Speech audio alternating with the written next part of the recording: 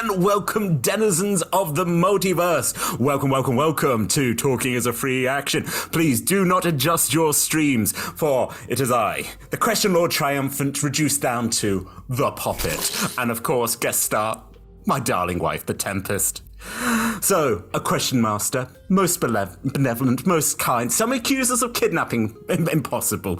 We do it with a capture and release policy to get questions, interesting facts about the multiverse here in my labyrinth of lore. For your delectation and entertainment for tonight, my friends, I have scooped up a very exciting person, one Old Jorgie, seen here.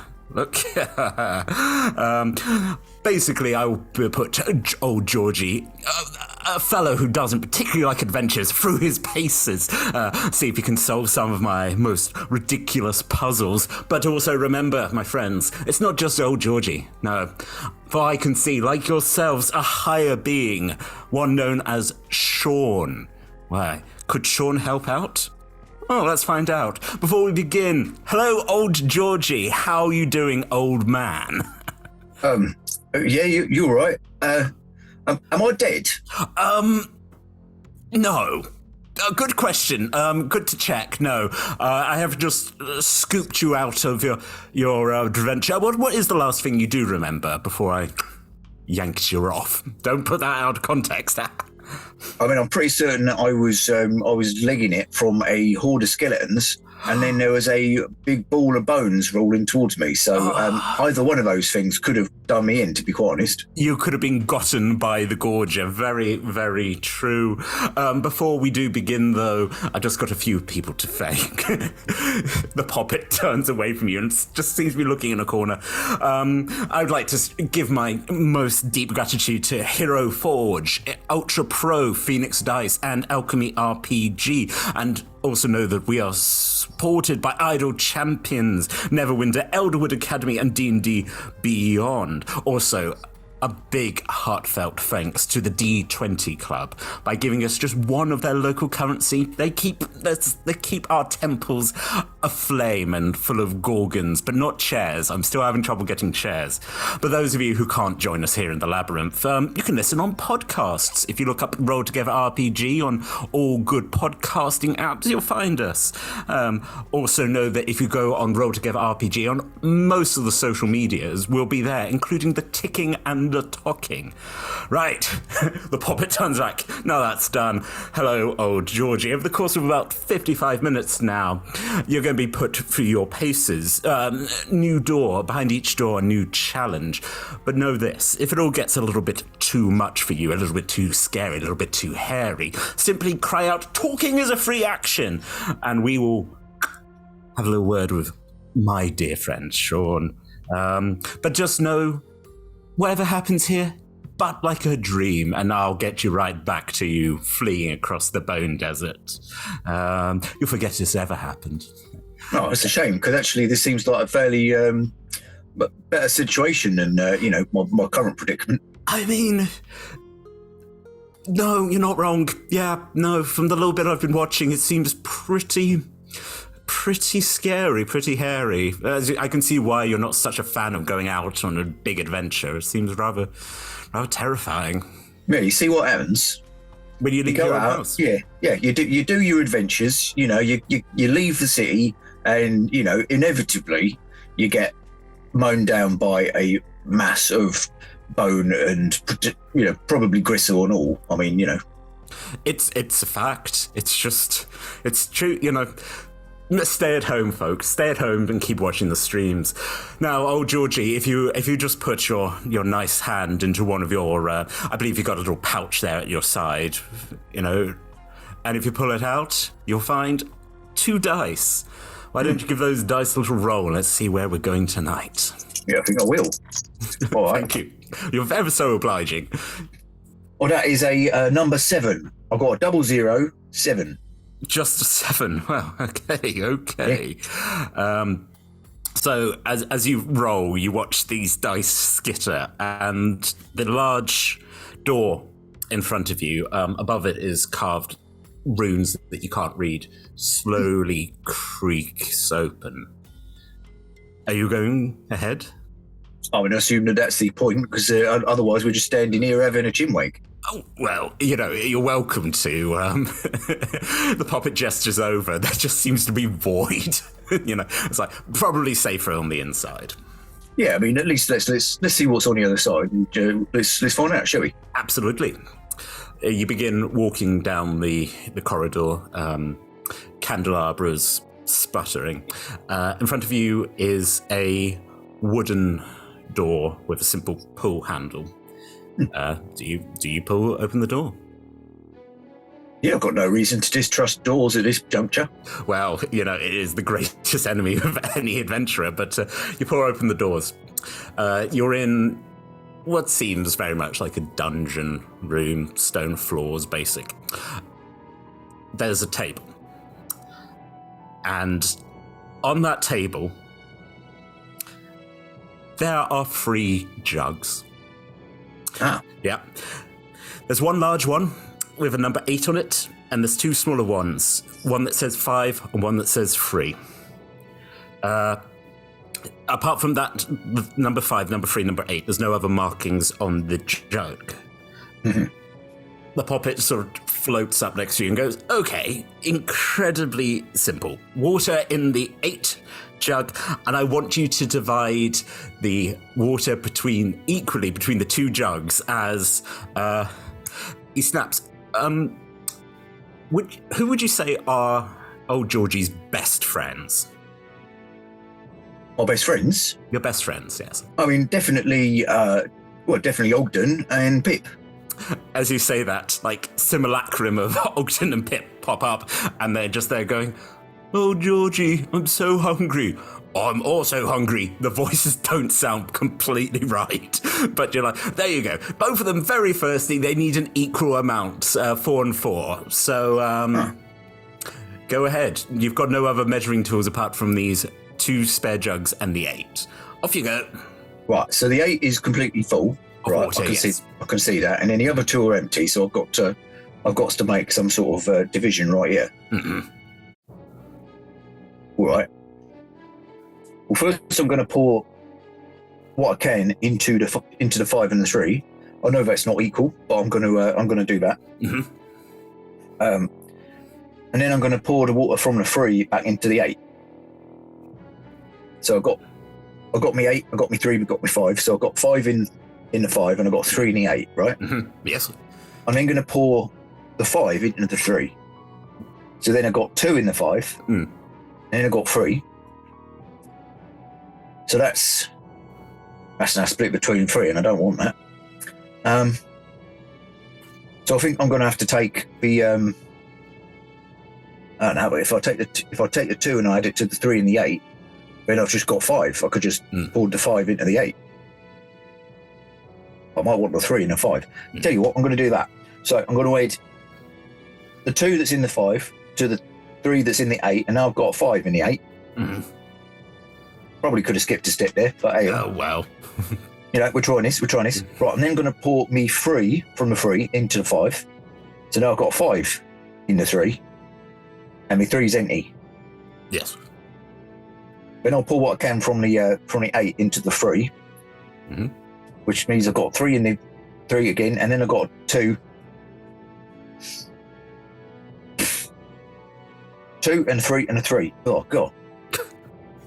Is this it? I just have to keep pouring. I mean, pretty much, sort of. If it all gets a bit complicated, you can. The simulacrums are just there going, like, shush, you're being weird. He's trying to let the mastermind work. I tell you what, I'm going to take the 3. I'm going to pour what I can into the 5, and then I'm left with a 1. There you go. So 5's now got a 5, the 8's now got a 2, and my 3's got a 1. So if I pour my 5 into the 2 now, I've now got a 7 and a 1. Mm-hmm. I don't know how that helps me. I'm going to pour me 1 into the 5. I'm then going to pour me 7 into the 3, leaving 4 in the 8. and then I'm going to add me 3 to the one that's in the 5.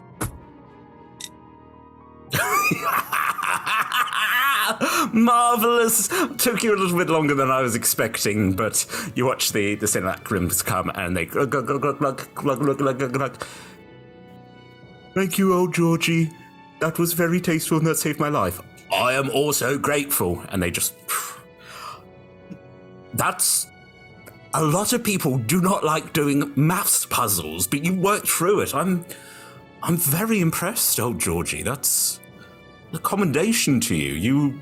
You stuck with it. You seem the sort who, when presented with a challenge, you do work through it. You use your mind, and I like that. Yes, well. Yeah, well, you got to do that. Well, this is quite good. You should make a game out of this. I should. We could set it for Holmes for the Winter Festival. You know, something to do when it gets cold. I'll enjoy the dice rolling and all. Yes. Well, speaking of, if you give them another little roll, let's work out where we're going next. Oh, we've got another door, have we? Oh, we've got multiple. You know, we're nice. working for it. Very slowly though, because that's an 8. Oh, it's a 00 and an 8. It's you see the door on the other side, you open it, and you watch 2 simulacrums. Well, firstly, Poppet's like, nope, we've literally just done this. Back, roll again, Old Jorgie. Oh, I did number 7, and so some of 7 and 8 are the same. Some of them repeat. The simulacrums are now wearing hats. I'm like, it's not the same. I mean, you know, I could give it a go, see if I can do it in fewer steps, but it does seem... I'll tell you what, I'll scoop you up some other time, and you can do, like when one does an escape room and just speeds through it, you know, to show off. But there you go. If you give it a roll, see what you get. Right, well, I've got a 29 this time. 29. I can simply promise you that's not going to involve a water puzzle. Good. Again, sort of a very basic wooden door, which you push through. You're out into another one of the corridors, candelabras. About 15 feet ahead of you, there is dirt and detritus, sort of broken bits of the wall. And then the rest, it's about a 40-foot corridor. The rest, after that 15-foot point, is just completely clean. That's interesting. So it's dirty up to 15 feet, and then it's clean there. Yeah. All right. I'm sensing some sort of trap. What? No, not possible. No. So it's not like some sort of system where I walk through the mud and the mud will obviously get on my feet, and when I'm walking through the clean bit, then that leaves footprints, and then something, you know, goes, I can see your footprints, and it gets me. No, that's not what's going to happen. Can I insight check that? Absolutely. I don't know what that means, but I feel like it would be a useful skill to have. I mean, in life, it's better to just ask, you know, can I insight you? That's a 2. That is probably what's going to happen. It's probably going to be some kind of invisible monster that's hunting you. There you go. I've got your number. No. Yeah. All right. What can I do? Tell you what. I'm going to cast Spider Climb. You cast Spider Climb. I realise I'm probably not being as clever as I think, because I see the mud on the floor and I go, no, I'm going to go on the walls. But probably the walls are just as filthy. But that's what I do. Actually, do you want to make a perception check? Oh, yeah, I'd love to. Yeah. That is also a 3. Yeah, that's some grubby walls. You know, I said there's candelabras, so the lighting's not great, but that looks... You're probably going to get a little bit sooty, climbing across the wall. That's not... Right, well, at least I'm not leaving muddy footprints. Hopefully this soot will not be quite as bad. I'd like to just walk across the wall. Can I... Presumably, Robert is here. Yes. And has always been here. Robert is always here, yes. I'm going to put Robert in my bag of holding so that Robert doesn't have to go on the floor either. You, in the little bit of area, like the clean area at the door, you manage to scoop up Robert, spider climb up onto the wall. Left wall, right wall, any preference? I've got a slight preference for the left. You turn to the left. Are you just going to go along the wall, or are you going to go up on the ceiling? I'm just going to go along the wall. I'm not being fancy. Nice, simple. You just truck along the wall. You get over the bit that is clear. I'll tell you what. Do you want to make a perception check, or are you just going to keep going? Do you want to? I might kind of just tentatively push down on the floor, see if, like, when I'm on the clean bit, I'll just kind of give it a push, see if it's stable. You sort of, again, you how much pressure? Is it just like a gentle tap, or are you actually going to put a bit of pressure on the floor? I don't want to put so much pressure that if it were to give way, I'm spider climbing, so I shouldn't fall through, but like, I'll give it a bit of a shove, but not. I'll give you that. And it's good that you think about that, because as you push, you feel as the floor clicks and hinges and as you just have a moment like, oh. As you look down, it's a spike pit. It's very clear. The entire corridor up to that point would have dropped you down into a spike pit, but it's slowly, as you watch, and it closes, and the Poppet's just floating there going, again, almost perfect precision here. This is very impressive. Well done. Yeah. I am going to have to probably report that to Ogden, because that seems like it probably is a health and safety violation. That's very true, actually. I could give myself a nasty little, jab with one of them spikes. Oh, again, very. As you look down, there are bodies, and also what appears to be like the body of a small mouse, which died down there. Yes, no. That's proper sad days. That's actually one of the previous people who came into this place left a mouse down there. It was sad. It's sad, and also it's a bit of a trip hazard. Like you could trip over one of them and impale yourself again on one of them spikes and maybe slip in the blood. Tell you what, I've got some cork. We could just put some tips on some of them spikes. Oh, how many corks do you have? I don't know. How many corks do I have? Roll a D100. Oh. 91. 91 corks. That's disappointing. It was a pack of 100. I've done with 9. So, I'm trying to think of what you could have done with the rest of the. Maybe someone had like a cork gun or something, or very similar. Go on. What do you think happened? Well, I think it was from Wizard of Waterdeep, because the wizard obviously is from the Underdark, and therefore wears one of them hats with the corks, and I hung precisely 9. The traditional 9 Underdark corks. Yes, well, that makes perfect sense. The Poppet sort of like elbows and the floor, and he actually sort of floats back and leans, and so he's not going to. The trap is not going to spring. It's like, by all means, go put some corks on. No, very, very much obliged. I will use my spider climb and kind of just walk around with the Poppet holding the floor down. I will kind of tentatively tread on it to get onto the other wall, and I'll get as many as I can reach. I think there's a good. It's probably like, let's say, close to 120. You get most of them. And do you do it in a particular order, or are you just randomly which ones you can get closest to? Just the ones I can reach. I'm not going to overreach. I haven't got a step ladder. I definitely haven't got a spider climb step ladder. Having said that, the Poppet sort of acknowledges, he's not going to trick you, but it's just like, oh, if you came off the wall, then that's breaking the. You get most of them. So now, we love an adaptive place, but now if people go in, most of them are now corked. So it probably won't be the worst, but if you spider climb out again, you can now approach the door. There you go. That'll be much more favourable for your health and safety report and all. Much appreciated. I would absolutely hate Ogden to be disappointed in me. Yeah, we'll send him round for an audit at some point. I would love to get my hands on Ogden. Smiles. It's a bit creepy. It's a lot creepy.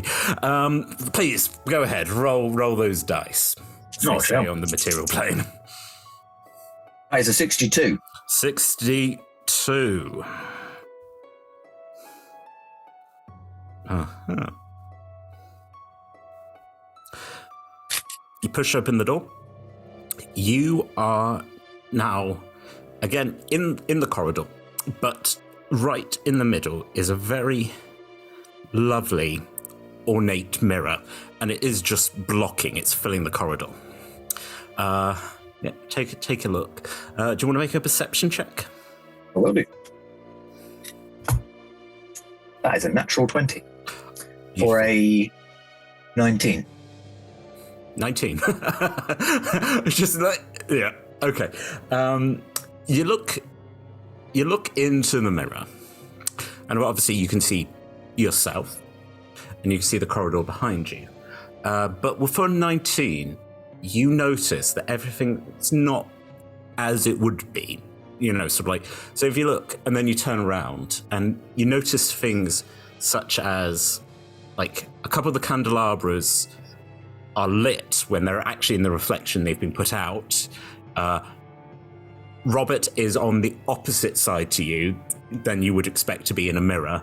There is sort of 3 or 4 differences. I said, like, candelabra, Robert, your hat is turned around in the mirror. It's different. What do you want to do, Old Jorgie? This is a disconcerting room. Yes. It's almost like it's got rotational symmetry, except that that's not quite right. Because that's interesting. All right.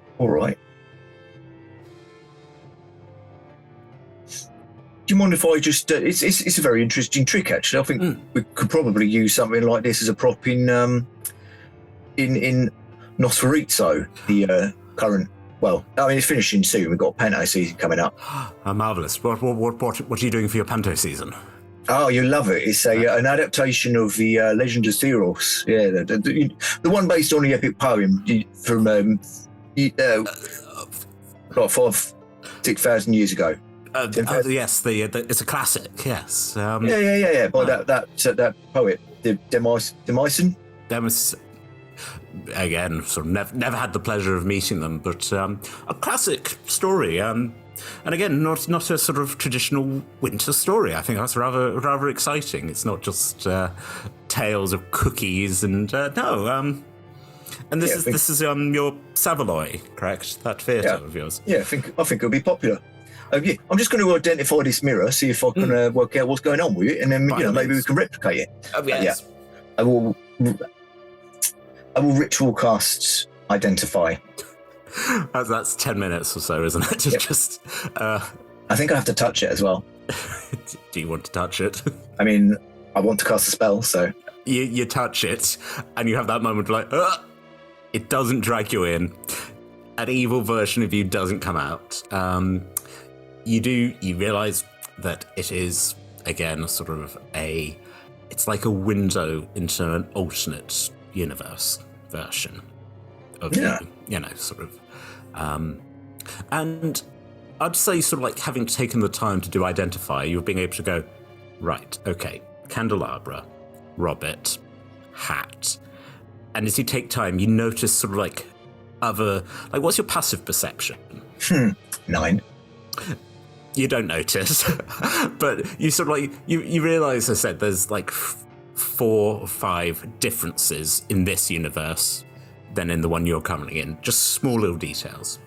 I mean, if I could be cheeky and ask for a passive investigation, then that's 19. I would give you, you've taken identify, this is your passive, investigation, by all means, yeah. Okay.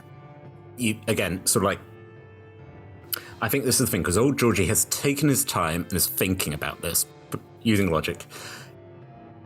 You think that if you were able to replicate what is now being reflected, so it's like a perfect reflection, this might open the door. That's interesting. I probably could have sat here and thought about that, but, that's 10 minutes well spent. All right, Robert, you sit there. Scuttles around. Turn my hat on the other way around, and I go and snuff out the requisite candles. Clunk. The mirror just swings aside. And, okay, as it's coming, again, just make one perception check. Mm-hmm. That's another crit for a 19. You, as it sort of swings back, because the Poppet appears next to you, you see a tall, red-headed woman in the reflection, and on her hand there is a small pig puppet, and she just sort of looks and gives you a wink, and then the mirror slides aside. Right, yes, well done. So that was, again, very, very well done. Would you like to continue? Yeah, sure. I kind of go slightly trepidatiously because I'm just like, well, there's nothing I can do about switching them round. No, there is not. Try to stick your puppet up your ass, but that doesn't seem polite. I don't say this. You can always say it. It's not a nice thing to say, but you could say it. I'm just glad I didn't have to do it to open the door, that's all. Well, I'm just going to make some notes. Weird vibes. Yes, to get out of this room, you must insert this in my anus. Oh, what a weird way to solve this puzzle. Oh, it's very decadent. It's a very different kind of dungeon, I think. Yeah. I mean, that is always the problem. Is like, I'm a dungeon master, and people are like, two very different ideas of it. I tell you what, as you're just about to open the door, I am going to say, talking is a free action, because I would like to have a word with Shaun. Hello. Hello. How are you doing? I'm good. How are you doing? Well done on the puzzles so far. It's all right. I'm enjoying it. Oh, I'm looking forward to it. Yeah. This is where I get to do a little bit of rolling. So that is a 51. Okay. Which character class would make the best US president? That's a question. That is a question. What class would make the best president? Yes. I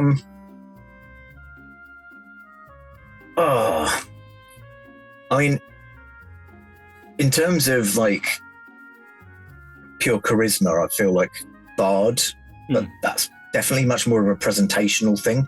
I mean, when I say Bard, I'm thinking, Ronald Reagan style president, actor Bard, rather than Bill Clinton style president stuff. Saxophone, that's what he meant. Yes. Yes. Yeah. Saxophone on the beach. But no, I reckon, and I'm probably a little bit biased here because these are my two most played classes. I'm torn between Artificer or Wizard, or Artificer as I tend to call it. Yeah. If I think about it too long, just because I feel like they would need the intelligence rather than the charisma. Like I think that's more important. The knowledge to get the job done rather than just being able to talk your way out of a paper bag. I mean, considering the way that this country has gone recently, being able to go, if you could put a little bit of thought of it rather than just like, oh well, whoops, just like, yeah. What happens if we do this? Yeah, that happens. I do worry that Wizard might be we might be again running into like, well, I'm very smart and I think I know what's going on. So, true. Yeah. I mean, the question of, it's a very vague question because it also says military dictator, famous movie star. Those three pinnacles of society. Again, it's very different. Yeah. I think I got accused of writing this one, but it's too vague. My questions are all weird, but this is, I think I do like the idea of just go, oh yes, the president of America is a wizard, just sort of any particular, again, like I have a wizard of artificer or artificer subclass. What do you think in particular would be?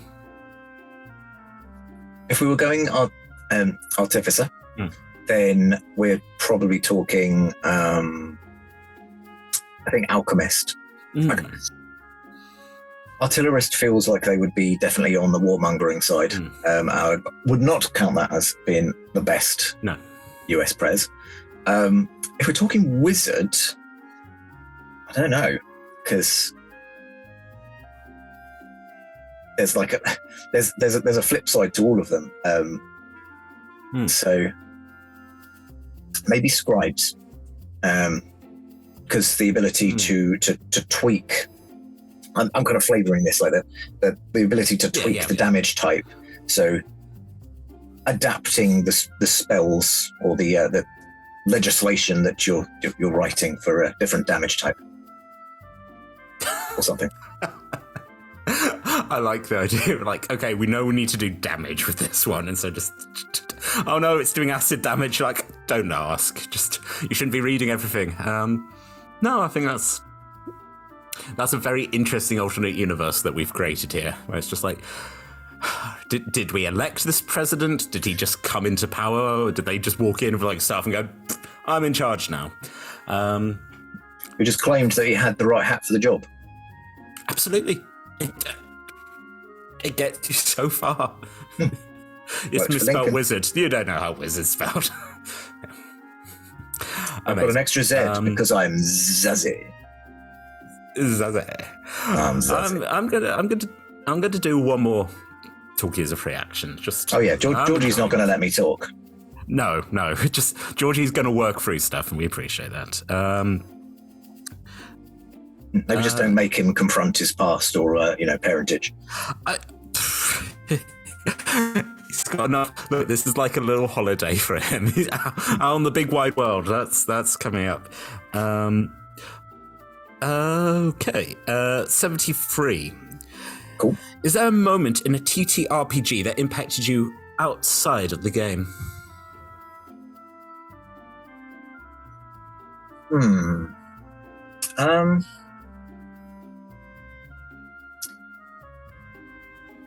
I'm probably just gonna give the boring answer as I can't think of anything.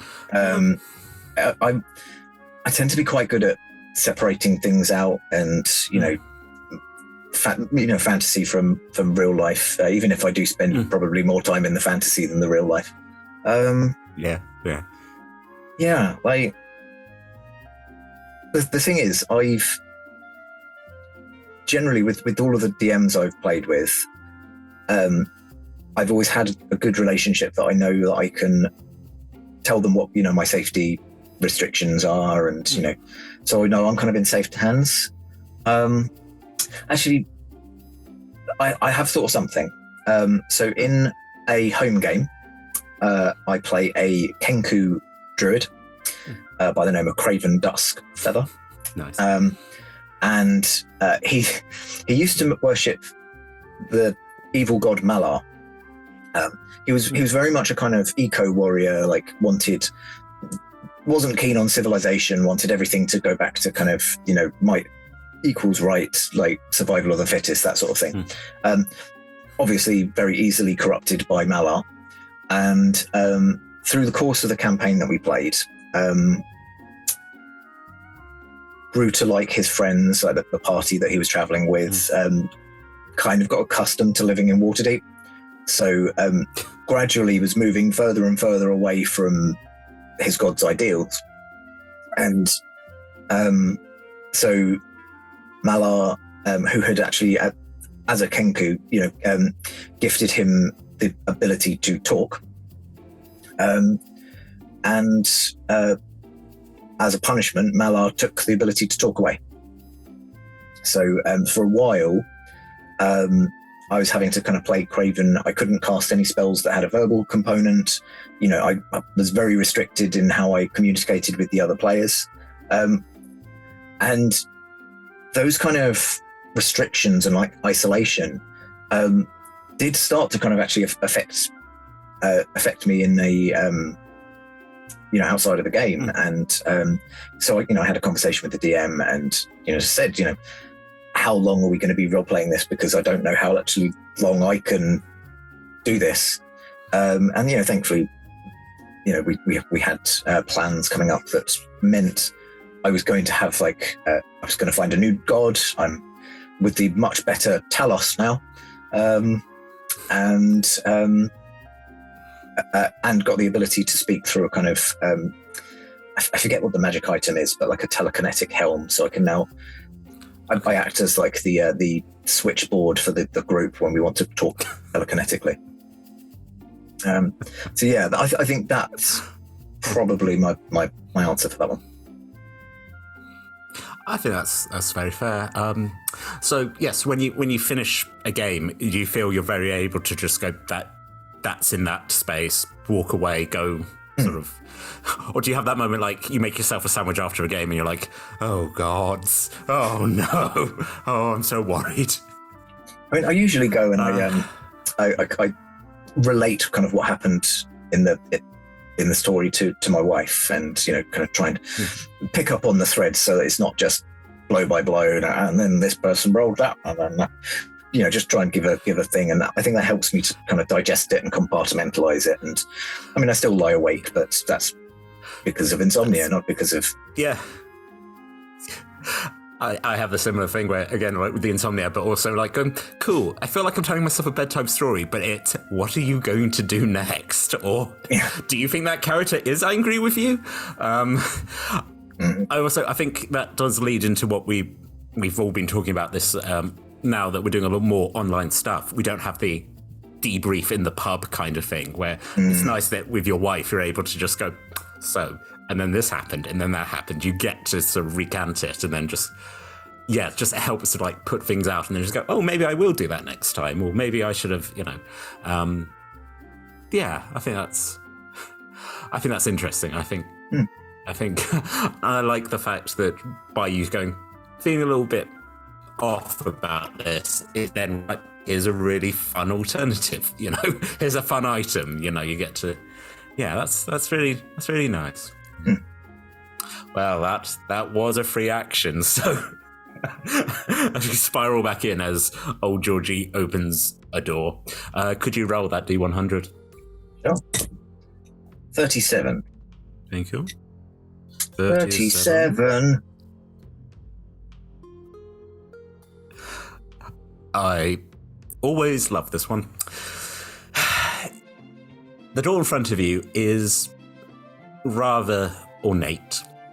It has, again, very fine wood with silver tendrils, like vines around it, and a silver doorknob.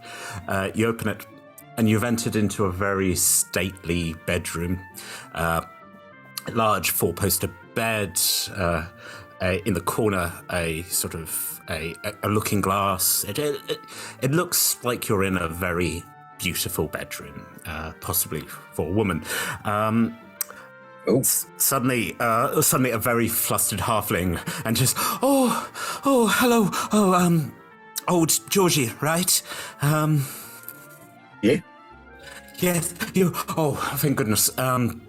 Well, the Lady Silverhand will be here in about an hour. She's got another birthday party to go to, and so she's going to need the most beautiful dress and the most beautiful jewelry. So as I said, we can detain her for about an hour, but we've been told you're the master of this. So yes, you've got an hour to get her ready. And she just hustles out as you're standing there, and Robert just... Robert, do you reckon that they meant Laeral Silverhand? Well, yes. Shit. Yep. All right. Laeral Silverhand, yeah. Jorgie goes to roll his sleeves up, remembers he doesn't wear shirts, and then dust his hands off. I am going to use the Artificer, I believe, has I'm hoping, the right tool for the right job. So I have my artisan's tools in hand. I can magically create a set of non-magical artisan's tools. So I would like to make myself a little sewing kit, whatever, embroiderer's kit that I would need to give myself the tools that I need. I'm not actually proficient with these, but I at least have the right tools for the job. I do have apparently disguise kit proficiency, It's probably from working in theatre. Disguise kit, tinker's tools, woodcarver's tools, but those aren't going to be helpful. And smith's tools and carpenter's tools. I can use a lot of tools, just not the embroidery kit. I'm hoping that maybe kind of disguise kit or tinker's tools are close enough that I will give you disguise kit and also tinker. Sort of, as I said, there's like a wash stand. There's various. Also, talking about carpentry, if you just wanted to break it, well, a stool and cut the cloth off the top of the stool, by all means. She also does have what seems rather a elaborate wardrobe full of already beautiful dresses, a couple of pantsuits, massive shoulder pads, but yeah.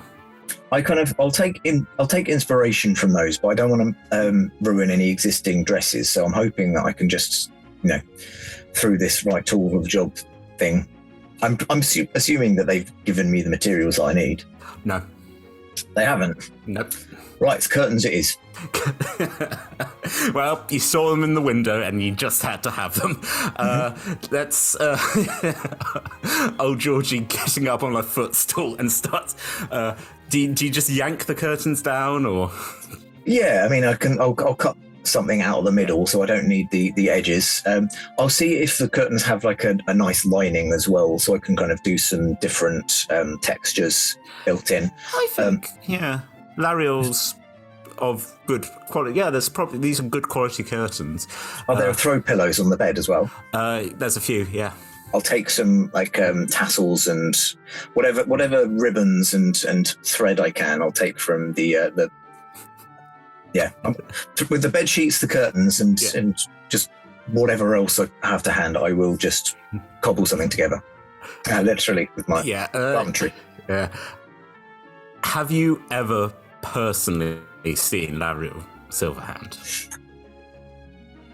I would doubt it, because even if by some chance she happened to come to the Savoy, I don't imagine that Old Jorgie would have kind of had a peek around the corner. So he's probably only ever heard about her from, legend. So you're not actually sure, like, how tall she is or what her measurements are? I'm going to measure the clothes in a wardrobe. Smart lad. Yes. Okay. Yes. You you get out a very nice dress, and you start. Can I try and make a pattern out of it as well? I don't want to destroy the dress, but I want to use it to. Yes. Absolutely. I will let you use your proficiency for this. So I think you've worked through this. So yes, if you can make a.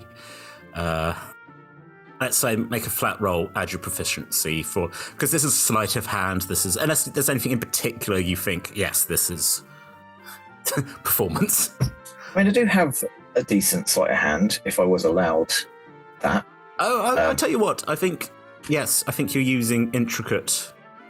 Yeah, I'll give you sleight of hand. That'll be 18. You make a very pleasant dress. Sort of like, so you're thinking like an evening dress, quite.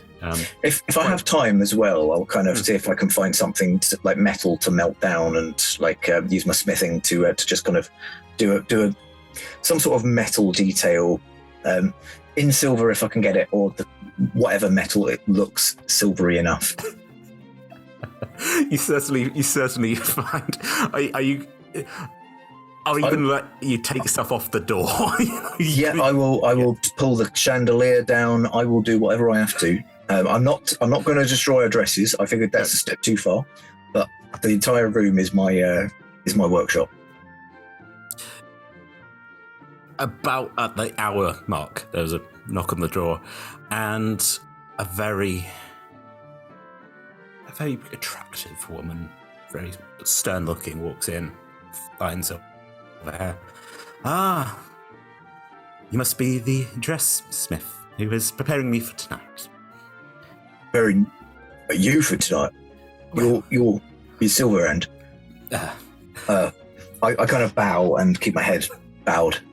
It's an honor to meet you, Silverhand. Looks at the dress, looks at it, and goes, "Lariel, please." Very, of course. Thank you, Master Smith. It's yet another birthday party that I have to go to, but I feel well supported. I think this is a very fine thing you've made. My thanks. Well, thank you very much. I have to say that costuming is not necessarily my forte, but I did my best. And you'll have to do us the pleasure of wearing it down to Savoy at some point. Oh, I believe you have a new show coming up, correct? We do. I haven't had too much to do with the story though. They just tell me what props to make, and then I make them some sort of big mechanical chimera. Oh, chimera! How very pleasant. Yes, I will gladly wear it to your show. Lovely. You'll have to be in the opening night. I'll get you some tickets if I remember. So like, yes, if you remember, yes. My thanks. And she gestures to the door that she entered. Oh yeah, of course. Yeah, I'm not going to watch you. Yeah, no, I'm on my way. Don't you worry. Thank you. Pleasure to meet you, Laurel. Pleasure to meet you. Sorry, I've been calling you Master Smith. What is your Old name? Jorgie. Old Jorgie. Old Jorgie. You have a wonderful evening, and I'll see you at opening night. Kind of bows another 3 times and then turns around and actually he doesn't. He goes to turn around and then backs out of the door because he doesn't want to turn his back on her. A very good sense of decorum there for yes. The Poppet again just floating there is like, well, you do have great skills, Old Jorgie. Maybe a career in costuming does await you. Nah, you can't beat the masters. Well, don't tell Myrtle that, but she's good what she does. True. But again, you seem to have picked things up from observing. That was masterfully done. Congratulations. Let's have a sort of looks at the sky. We've got a bit more time. Please roll away. If you say. Yeah, cool. Still got. Oh, all right. That is 40 on the nose. 40. 40. Gestures. You begin walking down. Make a perception roll. Oh, I will. That is a 3 for a mighty total of 2. Beautiful. Love to hear it. In front of you is a door. It's been painted white. It has like stencils, sort of flowers. Someone's painted flowers on, and on like a wooden plaque, it says Rosie. So there you go. That's pleasant. Yeah, it is. Do you wish to enter? I will. I've got no reason to distrust this room. Oh, why would you? You walk in, the door closes behind you. You're in it's about a 30 foot by 30 foot room. It's possible that you might be in an attic, possibly a bedroom. To your left, there is a large window. It's dark. There's a full moon. The moon is how the light's coming in, sort of a bit gothic.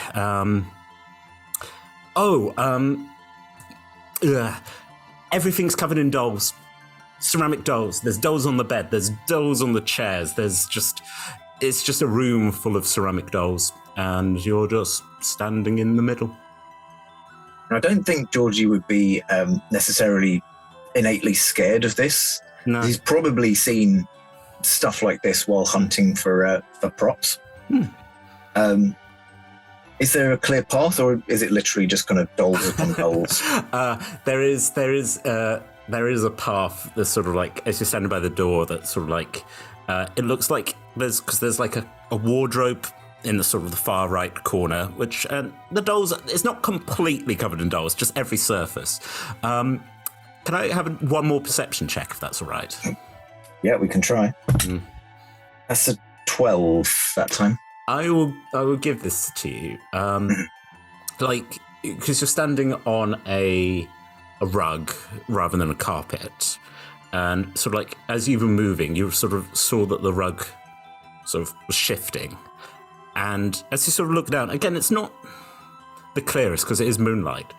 It looks like ash. It looks like possibly something was burnt in this room. Right, something's been burnt. It's not a rug.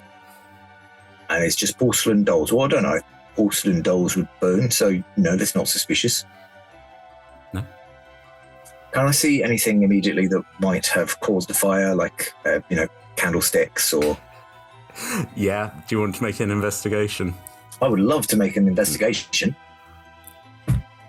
That is a 23. It looks like there was a bedside candle, which again, sort of like with that high investigation, sort of like your eyes just sort of looking, you're like, yes, this looks like someone has knocked the candle over and sort of started a fire. It's at this point you hear tip-a-tap-a-tip-a-tap-a-tip-a-tap. It stops. That's interesting. Tip-a-tap-a-tip-a-tap-a-tip-a-tap. It's coming up closer to you. Robert, could you tiptoe a bit more? What do you mean, wouldn't you? Tip-tap. I will turn. Given my tiny, ridiculous negative modifier, do I notice whether anything's moved?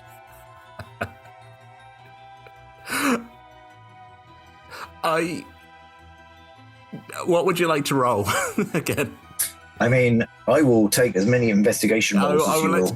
I'll do investigation, yeah, but you took your time to look at it. I just don't want me to do well. That's a 17.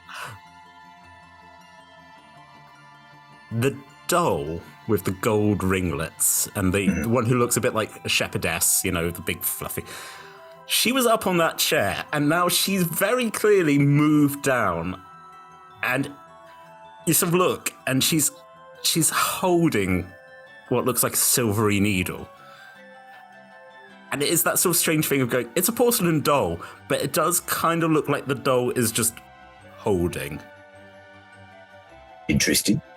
I will sit on the floor and just kind of look at it and just go, are you a Warforged or an auto gnome or some kind of sentient machinery mechanism or similar? The doll blinks. I'm just a little girl. What's your name? Well, I'm Old Jorgie, but Hello. hang on, Pip told me I should never give my real name out. Anyway, so you're a little girl, as in you are not, in fact, mechanical or you are not artificial. I'm a real girl. Well, I was, and I will be again soon. Lifts up the needle. Would you like to play with me? Well, that depends. What game were you thinking of playing? Let's play Swapsies. And the doll launches itself and tries to plunge the needle into you. Okay. Can Robert make this disadvantage? Absolutely.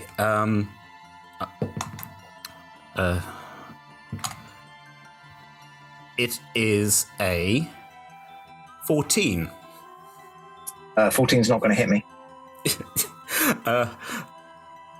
Because you're wearing you've got a shell, haven't you? You've got I've got my shell. I've got my pariah's shield, which I mean potentially would be stowed, but it still wouldn't hit me. I like the idea that up to you. How do you want to deflect this attack? Probably just shell at this point. You just sort of click. No, you're not playing right. Click. That's not fair. I mean, what is it that you're trying to do? You want a real body? Is that what it is? Yes. And in order to do that, you need to brick something with your... My needle, yes. Can I have your toy? Points at Robert. No, it's not a toy, actually, young one, but I might be able to construct something for you. Are these dolls your friends? Yes, but they don't talk very much. They mostly giggle, and you just hear a room going, Yeah, that's disconcerting. Yeah. You said that there was a bed. There is a bed, small, probably, for a child. Now, do I...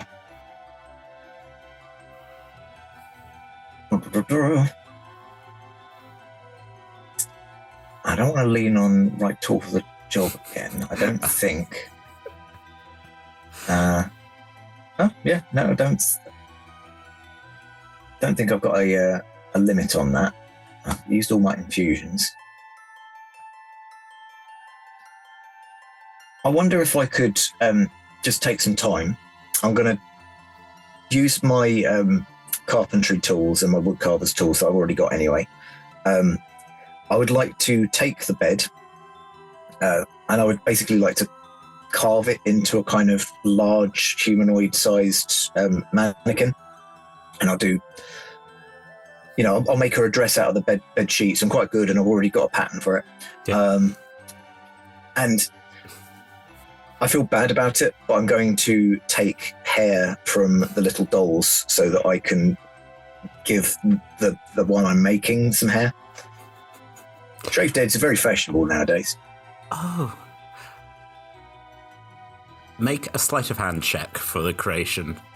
She's excited by this game. Yeah. You don't have to make a persuasion. This is a fun game. It's only a 13 that time. It's never going to look like a girl. It's like some versions of Pinocchio, where, again, it's very clearly a wooden girl. But it is a beautiful dress. She sort of walks over and stabs the needle in. And the doll falls down, and the wooden girl sort of... Oh. Thank you. All right. You might want to stay clear of fire, is the only thing, because that is not going to be as durable as your previous body. Our wooden doll looks scared, but it's like, yes, last time someone did set me on fire, but this is good. Thank you. It's all right. You might want to, maybe not instantly go in with the needle. That might be a, just a little, social convention that to try not to, just prick people without asking first. Consent is important, yes. Thank you. Oh, it's very important. Yes. Thank you very much. You've done a nice thing. Thank you for not setting me on fire. That's all right. And you tell anyone who sets you on fire that, that's not a very nice thing to do, and they should consider your feelings first. I will. Old person whose name I don't know, because you don't give names. No, you don't. Yeah. And I'm certainly not going to make the assumption that your name is Rosie, and we will just leave it at that. A very wooden thumbs up. I was going to call you Littlin, but you're not little anymore, so... That's true. I'm a big un now. Yeah. You just hear, yay, big friend. You can exit now if you like. I wave goodbye and I just... Well, says the Poppet as you emerge out into not the dazzling sunlight, but you're certainly back outside again. Oh. Well done, Old Jorgie. I will be sending you back shortly to deal with the Domain of Dread. The Domain of Dread, yes. It's a shame because I was under the impression that we weren't able to leave, and actually this was a nice reprieve. I'm glad you enjoyed it. A lot of people here they think it's a bit ridiculous, but you seem to a man who thinks, again, enjoys a puzzle or two, a way of solving it, and doesn't resort to violence. It's very fascinating. Yeah. I'll get you back shortly, but just need to turns back to the corner. So thank you everyone for joining us here for Talking as a Free Action. You'll find us here every Friday at 6 to 7 GMT, or Mondays and Tuesdays 6 to 9 PM, and we're streaming our documentaries, such as The Adventures of Old Jorgie here. Now, all this can be found at twitch.tv/rolltogetherrpg. The VODs are available immediately afterwards, and you can find the content on YouTube very shortly afterwards. Oh, don't forget, you can also enjoy it as a podcast, but you would miss out on the more sort of visual aspects. Big thank you once again to the D20 Club on Patreon, without who we could do very little. If you do want to support us, simply one of your local currency. Much appreciated. Don't forget we have a Discord or a wiki if you want to try and work out all the weird lore that we just seem to create. Pig puppets. So as I said, Old Jorgie, I will put you back through the portal. As you feel yourself slowly sort of disapparating, the words over the door that led into the labyrinth, where you had quite a lovely time, it seems, they translate themselves back into common, into that old question master phrase. Always stay classy at the table.